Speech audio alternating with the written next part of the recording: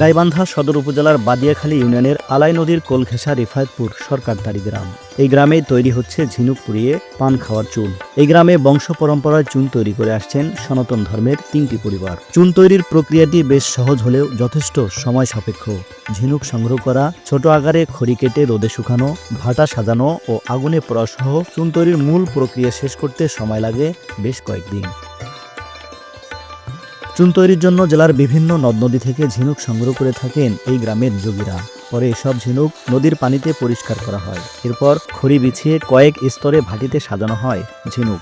পরে 2 থেকে 3 ঘন্টা আগুনে পুড়িয়ে তৈরি করা হয় ঝুড়ি, যা চালুনিতে চালিয়ে পানির মিশ্রণে 2 থেকে 2.5 ঘন্টা ধরে ফেটিয়ে তৈরি করা হয় পান খাওয়ার চুন।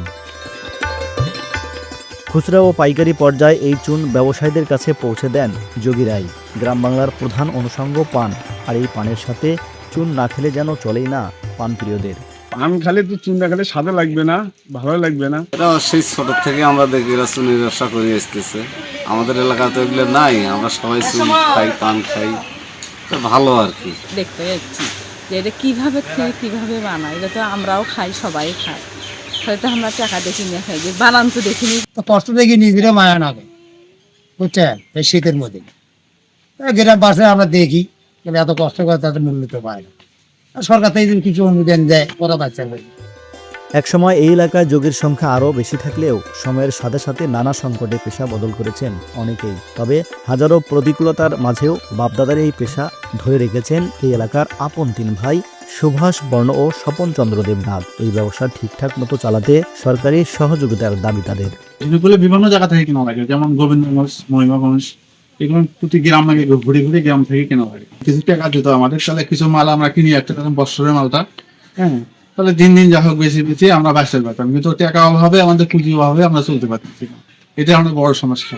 এই যে আমরা কষ্টজনক করে চুন বানাই প্রতিদিন বাবার সঙ্গে, সেই হিসেবে তো আমরা টাকা পাই না, সরকার তো আমার দিকে দেখে না।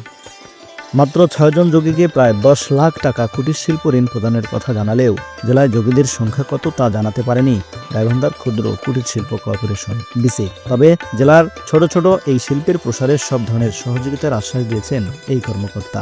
এখানে কিছু যোগী আর কি চুন উৎপাদন করে বা চুন তৈরি করে বা চুনের কার্যক্রম নিয়ে তারা ব্যবসা করে আসছে।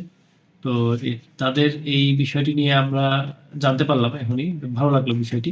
তো আমরা চাই যে এরকম ভাবে যদি ছোট ছোট শিল্প যদি আমাদের গাইবান্ধার বিভিন্ন জায়গায় বিভিন্ন মানুষকে এগিয়ে নিয়ে যাওয়ার জন্য গড়ে ওঠে, তাহলে ভালো। আমরা চাই ওই গ্রামটিকে, ওই গ্রামের যে মানুষগুলো কাজ করছেন তাদেরকে বেশি পরিমাণে সহযোগিতা দিয়ে উপজেলা প্রশাসন থেকে আমাদের যদি যে কোনো প্রকল্প নিয়ে যদি আমাদের সুযোগ থাকে, আমি তাদেরকে দিতে চাই।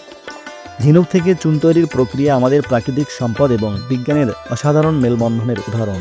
প্রাচীন জ্ঞান থেকে শুরু করে আধুনিক বিজ্ঞান পর্যন্ত এই যাত্রা প্রমাণ করে প্রকৃতির কাছে থেকে শেখার শেষ নেই। চুন একদিকে ঐতিহ্যের অংশ, অন্যদিকে বিজ্ঞান আর সচেতনতার প্রতীক। পানের সাথে চুনের এই সম্পর্ক চিরকাল থেকে যাক সচেতনতার সাথে। মাসুম বিল্লাহ, বার্তা 24, গাইবান্ধা।